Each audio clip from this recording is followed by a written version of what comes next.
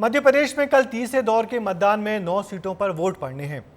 इस दौर में बड़े बड़े नेताओं की किस्मत दांव पर लगी है, जिनमें राजा दिग्विजय सिंह, महाराजा ज्योतिरादित्य सिंधिया और मामा शिवराज सिंह चौहान भी शामिल हैं। पिछली बार 9 सीटों में से सारी सीटों पर बीजेपी काबिज थी, मगर इस बार 1-2 सीटों पर बीजेपी के लिए मुकाबला कड़ा है। कांग्रेस ने भी बड़ा जोर लगाया है, मगर सबसे बड़ी चुनौती मतदान का प्रतिशत बढ़ाने की है, जिसमें राजनीतिक दल और चुनाव आयोग सभी मिलजुल कर लगे हुए हैं। चुनाव प्रचार का शोर अब थम चुका है। अब वक्त है पसीने में बहाई मेहनत को वोट में बदलते हुए देखने का। मध्य प्रदेश में तीसरे चरण का मतदान है। 9 सीटों पर वोटिंग होगी। इनमें भोपाल, मुरैना, भिंड, ग्वालियर, गुना, सागर, विदिशा, राजगढ़ और बैतूल लोकसभा सीट शामिल है। इन सीटों पर 127 उम्मीदवार मैदान में हैं। कुल 77,52,583 मतदाता राजनीतिक भविष्य तय करेंगे। इस बार मध्य प्रदेश में जिन 9 सीटों पर मतदान होना है, उनमें से 3 हॉट सीट पर सबकी निगाहें टिकी हैं, क्योंकि उन सीटों पर 2 पूर्व मुख्यमंत्री और महाराज की साख दांव पर लगी है।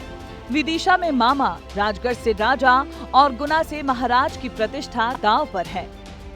सबसे पहले बात विदिशा सीट की। मध्य प्रदेश की सबसे hot seat Vidisha Lok Sabha seat को माना जा रहा है।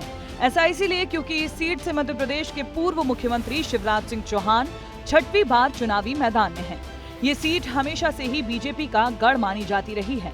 इस सीट को लेकर ऐसा माना जा रहा है कि यहाँ जीतने को लेकर नहीं, बल्कि कितने लाख वोटों से जीत होगी, इसको लेकर मुकाबला है। शिवराज सिंह चौहान का मुकाबला पूर्व सांसद प्रताप भानु शर्मा से है। साल 1991 में भानु प्रताप शर्मा ही विदिशा सीट से कांग्रेस के आखिरी सांसद चुने गए थे। तब से इस सीट पर बीजेपी का कब्जा है। मेरे हर सांस में विदिशा और इस संसदीय क्षेत्र की जनता बसी है। मैं उन्हीं के लिए जीऊंगा। उनकी सेवा मेरे लिए भगवान की पूजा है।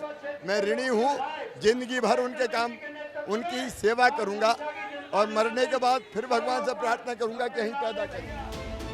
वहीं कांग्रेस नेता और मध्य प्रदेश के पूर्व मुख्यमंत्री दिग्विजय सिंह राजगढ़ लोकसभा सीट पर 33 साल बाद चुनाव लड़ने पहुंचे हैं। इस सीट को वे अपना आखिरी चुनाव बता रहे हैं। वो यहाँ से साल 1984 और 1991 में सांसद रहे हैं।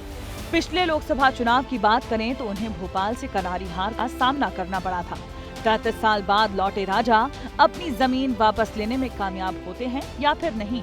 इस बार उनका मुकाबला बीजेपी के रोडमल नागर से है, जो पीएम मोदी के नाम वोट मांग रहे हैं।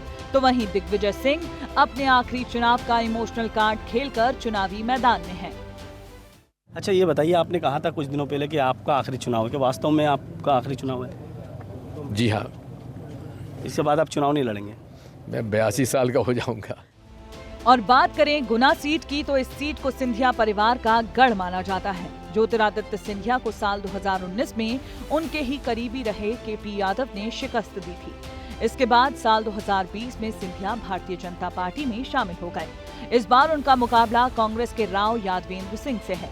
यहाँ मुकाबला इसीलिए दिलचस्प है क्योंकि कांग्रेस के राव यादवेंद्र सिंह साल 2023 में बीजेपी छोड़ कांग्रेस में आए हैं।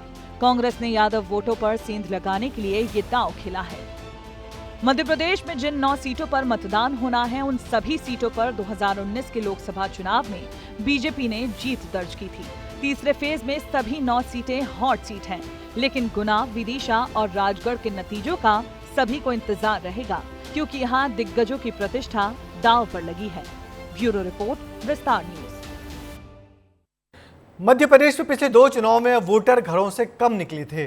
भारी गर्मी और शादी की व्यस्तताओं को इसकी वजह बताया जा रहा था। कल शादियां भले ही कम हो, मगर गर्मी तो तेज पड़ ही रही है। ऐसे में कल होने वाले मतदान प्रतिशत पर सबकी नज़र रहेगी। वैसे हम उम्मीद करते हैं कि मतदान का प्रतिशत इस बार बढ़ेगा। हमारे भोपाल में भी कल वोट है, मैं तो वोट करने जाऊंगा। आपसे भी उम्मीद करता हूं कि यदि आपके शहर में मतदान हो रहा हो तो जरूर जाएं और वोट जरूर करें।